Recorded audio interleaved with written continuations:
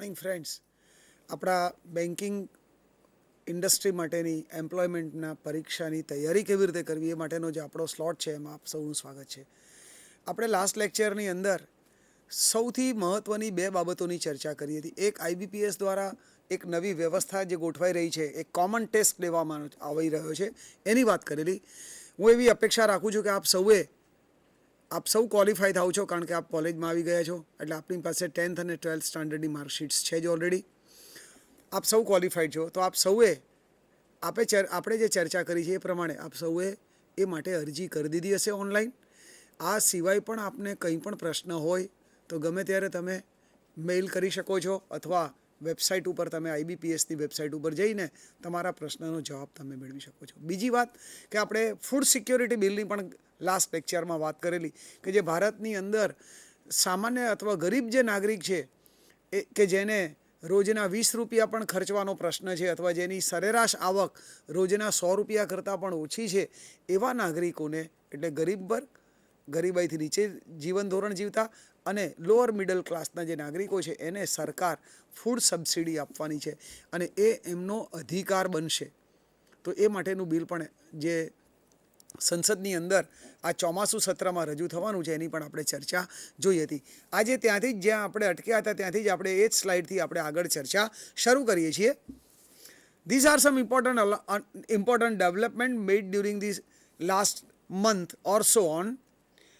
India has sign to purchase. ભારતે agreement કર્યો છે, સાઇન કરી છે, ડોક્યુમેન્ટ્સ એટલે એગ્રીમેન્ટ કર્યો છે, કરાર કર્યો છે, ટુ પરચેસ 10 હેવી લિફ્ટ, ખૂબ વધારે જથ્થાની અંદર બોજો વહન કરી શકે, એક જગ્યાએથી બીજી જગ્યાએ લઈ જઈ શકે. પછી એ સૈનિકો હોય કે લશ્કર સાથે જોડાયેલો સરસામાન હોય, સરંજામ જેને કહીએ છીએ તે. આવા 10 હેલિકોપ્ટર કે જેને કોપ્ટર્સ અથવા ચોપર્સ કહેવાય, એવા ખૂબ મોટા જથ્થાની અંદર સાધનોનું વહન કરી શકે, સરંજામનું, એવા 10 હેલિકોપ્ટર ખરીદવા માટે ભારતે ડોક્યુમેન્ટ સાઇન કર્યા છે. થોડા સમયમાં એટલે 2012માં આપણને એની ડિલિવરી મળવાની શરૂઆત થવાની છે. તો આ એક લશ્કર માટે મેજર ચેન્જ છે કે આપણે બહુ મોટા જથ્થામાં એક સાથે હવે આપણે માલ સામાનની કે સરંજામની હેરફેર કરતા થઈ જઈશું. બીજી વિગત જે છે એ C-17 એ એનું નામ છે, એરક્રાફ્ટનું નામ છે, કોડ કહેવાય એને. C-17 aircraft from US based બોઈંગ aircraft corporation. આપ સૌ જાણો છો બોઈંગ, જમ્બો જેટ અથવા એરબસ. તો આ બોઈંગ અને એરબસ બનાવનારી બે કંપનીઓ અલગ અલગ છે. આપણે જે ચર્ચા કરવા જઈ રહ્યા છીએ એ બોઈંગ કંપની છે, જેનું આખું નામ છે બોઈંગ એરક્રાફ્ટ કોર્પોરેશન, કે જે યુએસની અંદર બેઝ છે. આ કંપની સાથે ભારતે C-17 નામના એરક્રાફ્ટ અથવા વિમાનો ખરીદવાનો સોદો કર્યો છે. પણ એની શરતો બહુ જ મહત્વની છે. એમાં આપણે એવું નક્કી કર્યું છે કે આ જે આખો સોદો છે એ $4.1 બિલિયન છે, 4.1 બિલિયન અમેરિકન ડોલર્સ. અને એમાં કન્ડિશન છે કે આ જે રકમ ભારત આ બોઈંગ એરક્રાફ્ટ કોર્પોરેશનને અવેજમાં ચૂકવણી કરશે, એરક્રાફ્ટની ખરીદી પેટે ચૂકવણી કરશે, એ પૈકીની 30% રકમ આ કંપની ભારતની અંદર શસ્ત્ર સરંજામના ઉત્પાદનની અંદર રોકશે. એટલે એવા નવા કારખાનાઓ સ્થાપશે કે જે દ્વારા શસ્ત્ર સરંજામનો ભારતમાં ઉપયોગ કરી શકાય અને ભારતમાં એનું ઉત્પાદન કરી શકાય. તો આ એક મેજર કન્ડિશન છે કે આપણે બોઈંગ પાસેથી વિમાનો તો ખરીદવાના છીએ, પણ એની 30% રકમ જે આપણે ચૂકવણી માટે ચૂકવવાના છીએ, એની 30% રકમ આ કંપનીએ પોતાના દેશમાં રેમિટ કરવાની કે લઈ જવાની નથી, પણ એ રકમ ભારતની અંદર જ શસ્ત્રોના ઉત્પાદનની અંદર એમણે રોકવાની છે, જેથી ભારતનું શસ્ત્રોનું ઉત્પાદન આંતરિક લેવલ પર વધશે અને ભારતને લાભ મળશે નીચી કોસ્ટના. એ બીજી વિગત છે. પછીની, ઇન્ડિયન ગવર્મેન્ટ હેઝ અનાઉન્સ્ડ, ભારત સરકારે આ જાહેરાત કરી છે, અ 3-year લાઇન ઓફ ક્રેડિટ, 3 વર્ષ દરમિયાન નાણાં ઉછીના આપવાની, એને કહેવાય છે લાઇન ઓફ ક્રેડિટ. કન્ડિશન્સ જે નક્કી કરી હોય એના આધારે એક સમયગાળો હોય, એ સમયગાળામાં કેટલી રકમનું ધિરાણ કરવું, વ્યાજનો દર કેટલો, ક્યારે પાછી આપવાની, પાછી આપવા માટેની કન્ડિશન્સ કઈ, આ બધું જે નક્કી કરવામાં આવ્યું હોય એના માટે શબ્દ પ્રયોગ વપરાય છે લાઇન ઓફ ક્રેડિટ. ઓફ કેટલી રકમનું ધિરાણ આપવાનું, ઓફ $5 બિલિયન, $5 બિલિયન અમેરિકન ડોલરનું ધિરાણ આપવાનું 3 વર્ષ દરમિયાન ભારત સરકારે સ્વીકાર્યું છે. પણ આ ધિરાણ કોને આપવાનું છે? તો એ ધિરાણ આપવાનું છે આફ્રિકન કન્ટ્રીઝને. આફ્રિકા ખંડની અંદર જે આવેલા દેશો છે એમને આપણે આ ધિરાણ આપવાના છીએ. પણ આપને પ્રશ્ન થાય કે ભારત આવડી મોટી રકમનું આફ્રિકન રાષ્ટ્રોને ધિરાણ કેમ કરવાની હશે અથવા કેમ કરવાનું ભારત સરકારે નક્કી કર્યું હશે? તો આ જે નાના નાના આફ્રિકાના રાષ્ટ્રો છે એ રાષ્ટ્રો ભારતમાંથી ઘણા બધા માલ સામાનની આયાત કરે છે. ભારતની નિકાસ આ રાષ્ટ્રોમાં છે અને એ રાષ્ટ્રો પાસે ભારતમાંથી જે આયાત કરે છે એ માલની ચૂકવણી કરવાના નાણાં નથી. એના કારણે એમણે એમની આયાતો ઉપર નિયંત્રણ મૂકવું પડે છે. તો એમાં એમને રાહત મળે એ માટે ભારત સરકાર આ પ્રકારની 3 વર્ષ માટેની લોન આપવાની વ્યવસ્થા અમલમાં મૂકી રહી છે કે જેથી આપણે જે આ રાષ્ટ્રોની અંદર નિકાસ કરી રહ્યા છીએ એ આપણી નિકાસની અંદર કોઈ તકલીફ ના થાય અથવા નિકાસના એકમો કે એના જથ્થામાં અથવા એની કિંમતની અંદર કોઈ એડવર્સ પરિણામ ન આવે, ઘટાડો ન થાય. તો આપણો લાભ પણ આપણે જોઈએ છીએ અને એના આધારે આપણે એક આખી આ યોજના અમલમાં મૂકવા જઈ રહ્યા છીએ. એ પછીની વિગત છે world's largest university for women. ફક્ત મહિલાઓ માટેની યુનિવર્સિટી છે આ અને એ મહિલાઓ માટેની આ એવી યુનિવર્સિટી છે કે જે વિશ્વની સૌથી મોટી છે અને એમાં કેટલી મહિલાઓને હાયર એજ્યુકેશન આપી શકાય તો એ પણ સંખ્યા તમારા સ્ક્રીન પર છે. આ યુનિવર્સિટીની અંદર 50,000 મહિલાઓને એક સાથે અલગ અલગ ફેકલ્ટીની અંદર ઉચ્ચ શિક્ષણ આપી શકાય એવી વ્યવસ્થા કરવામાં આવી છે અને મહિલાઓ માટેની યુનિવર્સિટી લેવલની આ સૌથી મોટી યુનિવર્સિટી છે. It has been launched by his highness king Abdullah of Saudi Arabia. Saudi અરેબિયાના જે રાજા છે અબ્દુલ્લા, એમણે એનું ઉદ્ઘાટન કર્યું છે.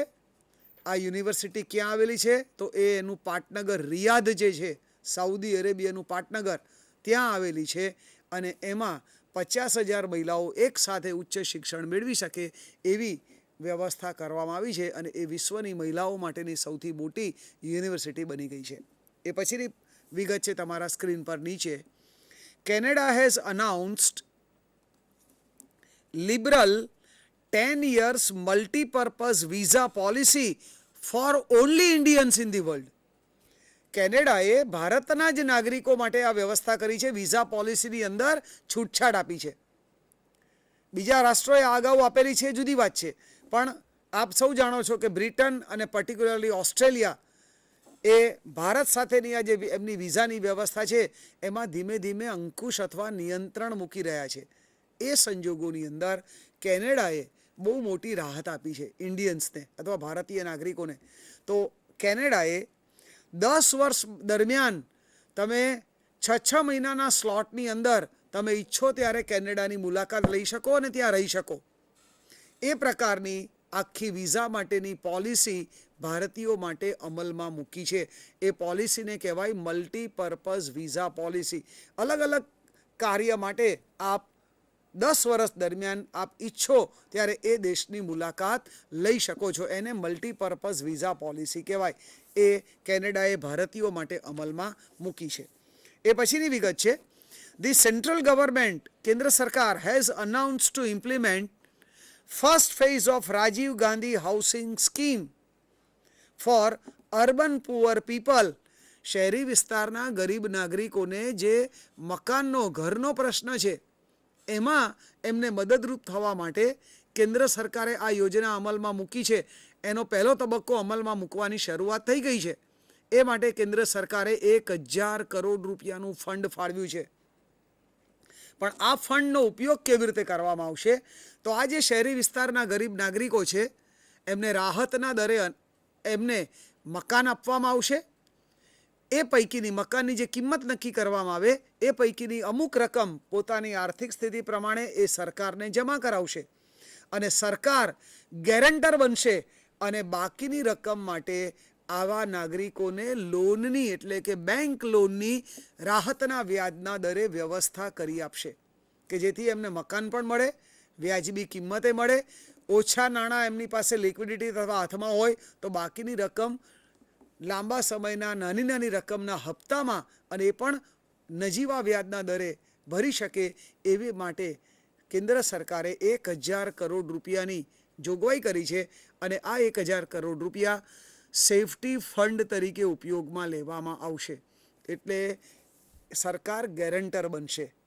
આવા નાગરિકોને બેંક લોન મેળવવામાં સરકાર આ રીતે મદદ કરવાની છે.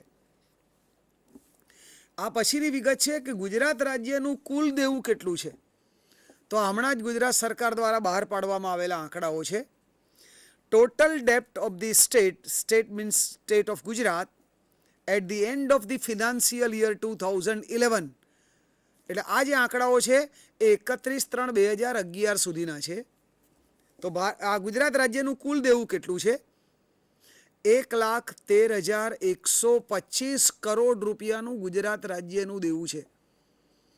પણ આ દેવું કેટલું વધવાનું છે?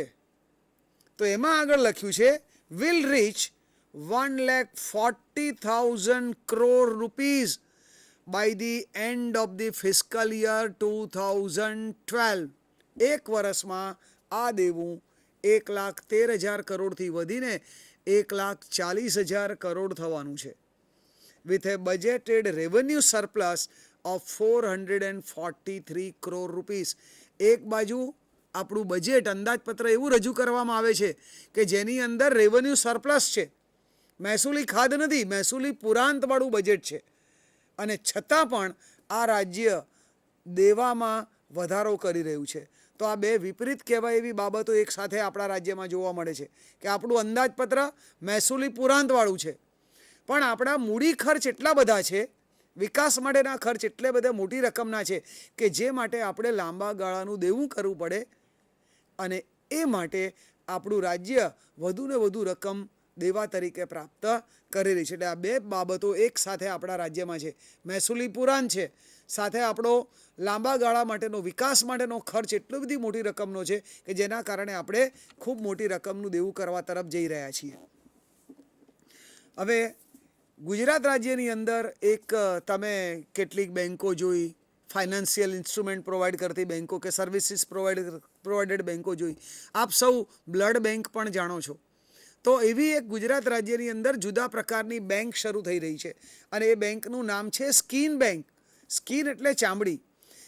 જે દાઝવાના કારણે જે વ્યક્તિઓની ચામડી બળી ગઈ હોય, ચામડીના 7 પડ હોય, પહેલું બીજું કે ત્રીજું ચોથું પડ બળી ગયું હોય કે એને નુકસાન થયું હોય, તો કુદરતી ક્રમની અંદર જ એ નવું પડ આવી જાય અને કુદરતી જે 7 પડની ચામડી છે થઈ જાય.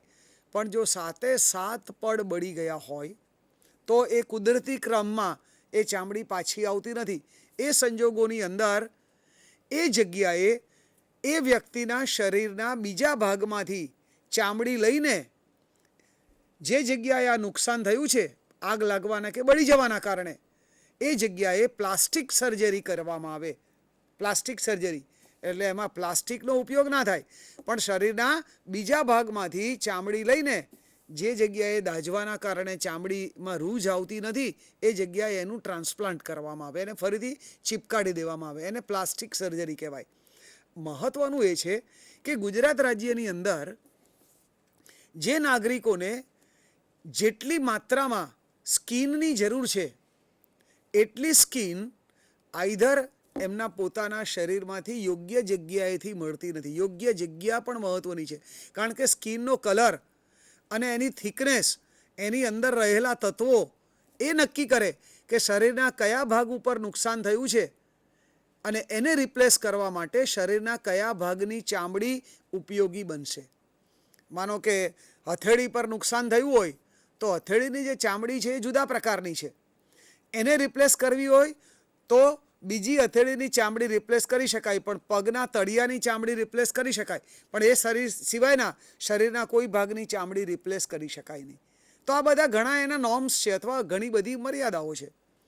એટલે બને છે એવું કે ખૂબ તીવ્ર જરૂરિયાત હોય સ્કિન માટેની, સાજા થવા માટે, પ્લાસ્ટિક સર્જરી માટે, અને વ્યક્તિ પોતાની ચામડી એ માટે ઉપયોગમાં લઈ શકવાની સ્થિતિમાં ના હોય, માનો શરીરના ઘણા બધા ભાગમાં એને આગ લાગવાના કારણે કે દાઝી જવાના કારણે આ તકલીફ થઈ છે, તો બધી જગ્યાએ પોતાની ચામડીનો ઉપયોગ ના કરી શકે અથવા એટલી ચામડી એના શરીરમાં અવેલેબલ પણ ના હોય, તો આવા બધા પ્રશ્નો સોલ્વ કરવા માટે એક સ્કિન બેંકની સ્થાપના કરવામાં આવી રહી છે, સ્કિન બેંકની. અને એની સ્થાપના અમદાવાદની અંદર થઈ રહી છે. અને આખા ભારત દેશની અંદર જો કોઈ રાજ્ય સરકાર દ્વારા અથવા સરકારી તંત્ર દ્વારા આવી બેંક સ્થાપવામાં આવી રહી હોય તો એ ગુજરાત રાજ્ય અને અમદાવાદ શહેર સૌથી પહેલું છે. આવી બીજી 2 બેંકો મુંબઈની અંદર છે, પણ એ પ્રાઇવેટ ધોરણે ચાલી રહી છે. એટલે નફો કરવાના આશયથી એ વ્યક્તિઓ દ્વારા સંચાલિત છે, સરકાર દ્વારા સંચાલિત નથી. તો આ એનો મોટો ફેર છે. સરકાર દ્વારા સંચાલિત સ્કિન બેંક સૌથી પહેલી વાર ભારતની અંદર ગુજરાત રાજ્યમાં અમદાવાદ શહેરની અંદર શરૂ થઈ રહી છે. તો એ તમારી વિગત તમારા સ્ક્રીન પર જુઓ. હવે કઈ જગ્યાએ શરૂ થઈ રહી છે? તો સિવિલ હોસ્પિટલની અંદર. ડિપાર્ટમેન્ટ કયું? Plastic surgery department of civil hospital, કે જે અમદાવાદમાં આવેલી છે. હેઝ સાઇન્ડ એન એગ્રીમેન્ટ, એમણે એગ્રીમેન્ટ કર્યો છે. અને એ કોની સાથે? વિશ્વની સૌથી મોટી સ્કિન બેંક સાથે, કે જે બેંક પોતાના સ્કિન બેંકની ડિપોઝિટ્સમાંથી ભારતના નાગરિકો, ગુજરાતના નાગરિકોને જરૂર પડે એવી ગુણવત્તાવાળી સ્કિન ત્યાંથી અહીંયા આપણને મોકલશે ટ્રાન્સપ્લાન્ટ કરવા માટે. તો આ સ્કિન બેંક છે. અને એ સ્કિન બેંક, એનું નામ છે યુરો, એટલે યુરોપિયન કન્ટ્રીઝની અંદર એની બ્રાન્ચીસ આવેલી છે અથવા એનું કાર્યક્ષેત્ર છે. એનું નામ છે યુરો સ્કિન બેંક. અને એની મૂળ અથવા એનું હેડક્વાર્ટર એ નેધરલેન્ડની અંદર આવેલું છે. અને આ બેંક સાથે ગુજરાત રાજ્યએ અથવા સિવિલ હોસ્પિટલે ટાઈઅપ કર્યું છે.